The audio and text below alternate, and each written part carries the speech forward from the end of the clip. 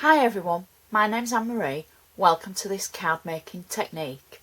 Today I thought I'd show you how to make the vellum roses that we used for the rose wreath on one of the cards that I've previously made. I've linked it to this technique demonstration, so if you watch one then you can watch the other and vice versa. So it's the vellum roses that we're looking at today. And what I thought was I'm going to start at the very beginning. So it might be a long one this, but it explains how I got the colouring and the ink on the back of the roses, just to give them a little bit of colour to match in with the other roses that are on the card. So where we begin is with the Garden Cuttings range from Anna Griffin. You get embossing folders and you get a selection of dies to use as well. So I started off where I ran my vellum through my die cutting machine in the rose die cut, so that I end up with a shape like this.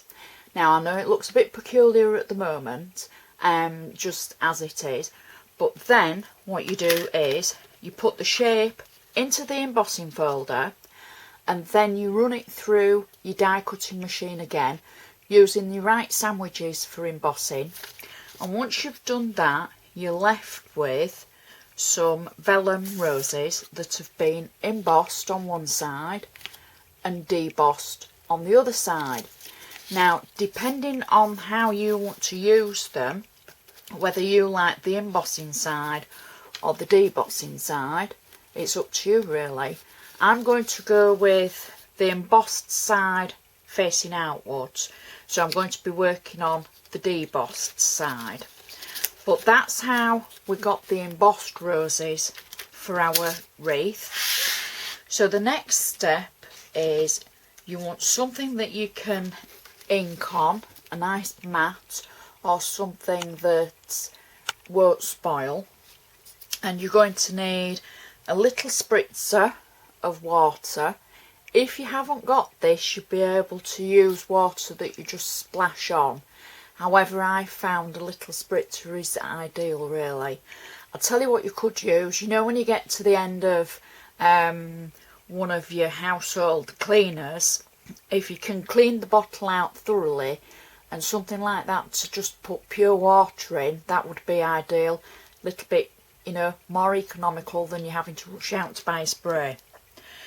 So we've got our embossed roses, and I know that we've all got a selection of pens, and some of the pens might have seen better days. Now what we're looking to use are water-based pens rather than ink-based pens that are permanent, for the simple reason that the water-based pen, the colour will run, and that's what we're looking for. If you use your alcohol-based pens, then you'll be needing to use something completely different than water to be able to move the colour about. But for us, we're going to use water and water-based pens. Now what you can do is you can ink your roses, and this will, because I'm using a normal ink pad, this will again move with the colour that we put on from our pens. So I'm just putting a little bit of colour onto my inker, and I'm just going to blend it in a few places on the back of the rose like that. I'm not going to go mad with the ink, but it's just a touch.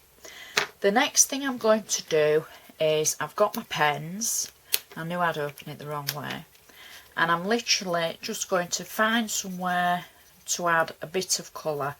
And as you can see, I'm just, in technical terms, slapping it on, because I'm not going to spend a lot of time colouring and blending. I'm literally just getting the colour onto the back of the rose. So I'm just going to pick a third colour, and we'll go with this one, and just a bit more to the centre. You can use any colours that you want, any ink. If you're using distress ink, that would work. Now the next thing is my spritzer. So I've basically slapped some colour onto the rose, and I'm going to spritz it, and then using a piece of kitchen towel I'm going to then dab it off. The next step is you need to leave your vellum to dry, and I always leave mine between 2 sheets of kitchen paper, and then I put something flat over it to keep it flat. But as you can see, the colour is starting to come through our vellum, and it does look as though it's just been toned in nicely and shaded, even though you saw how randomly we put the colour on. So this I would normally leave to dry. I'll show you some dry ones because I want to show you a second technique that you can use on vellum, very similar to the roses. So these are some of the dry ones. Now when they dry, they go back crispy to vellum, but they do hold the embossing shape and detail. So it's nothing to worry about that you're going to lose the pattern that you've put in running it through your machine. So you can use so many different techniques on the back of it, but on the front of it, it always looks very pale and muted. So that's how I made the roses to go on the wreath.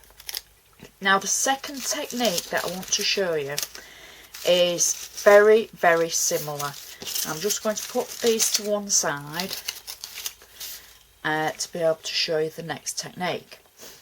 So what we've got is, that's a normal piece of white embossing that we've run through the machine, and that is how it looks when it comes out. So what we're looking at doing is embossing vellum. So this is how it looks when you've embossed vellum. I personally normally put it through with wax paper as well. So that just helps protect it a little bit, because you can get some tears in it depending on the thickness of the vellum that you've put through.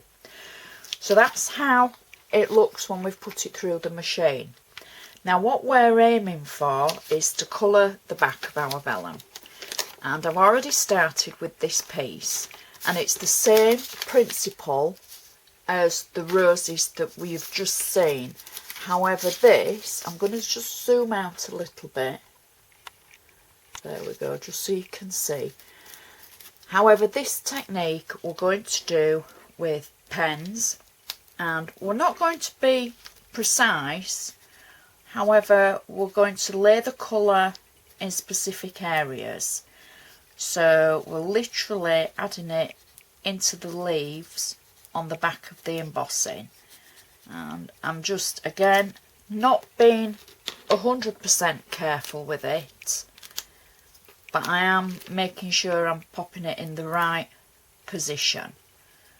So I'm not going to try and tone it in or shadow it, but I am literally adding the different colours to the different areas. And let's just do one more just to show you how it's going to look.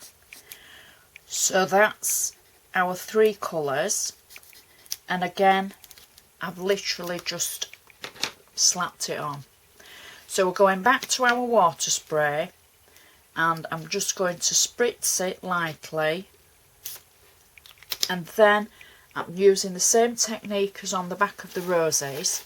I'm just going to dab the water off, just so it takes off that little bit of bright colour, and then you would let it dry. You would obviously do a little bit more than I've done, and then you would let it dry and keep it flat, and then you can see the colour starting to appear on the other side.